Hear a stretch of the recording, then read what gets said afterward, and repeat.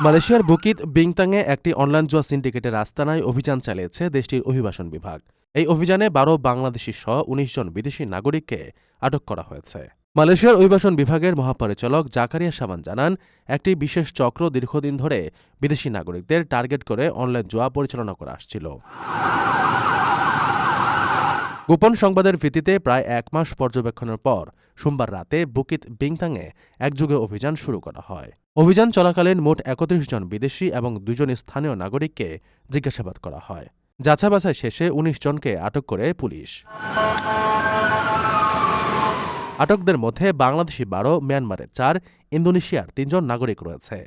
তাদের বয়স ২১ থেকে ৫০ বছরের মধ্যে। তাদের বিরুদ্ধে বৈধ ভ্রমণ নথি না থাকা এবং ভিসার মেয়াদের অতিরিক্ত সময় মালয়েশিয়ায় অবস্থানের অভিযোগ আনা হয়েছে। এছাড়া জিজ্ঞাসাবাদের জন্য ৩ জন স্থানীয় নাগরিককে নোটিশ প্রদান করেছে অভিবাসন বিভাগ। প্রবাসীদের জন্য নির্মাণ হচ্ছে দেশের প্রথম স্মার্ট সিটি, যেখানে থাকছে স্কুল, মসজিদ, হাসপাতাল, সুইমিং পুল, হেলিপ্যাড, পাঠাগার, জিম, সুপারমার্কেট, শিশু পার্ক সহ সকল নাগরিক সুবিধা। মাত্র ৩০ লাখ টাকা বিনিয়োগে মিলছে আকর্ষণীয় ফ্ল্যাট।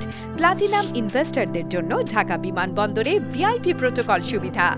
বিস্তারিত জানতে যোগাযোগ করুন স্ক্রিনে দেয়া হোয়াটসঅ্যাপ অথবা ইমো নাম্বারে।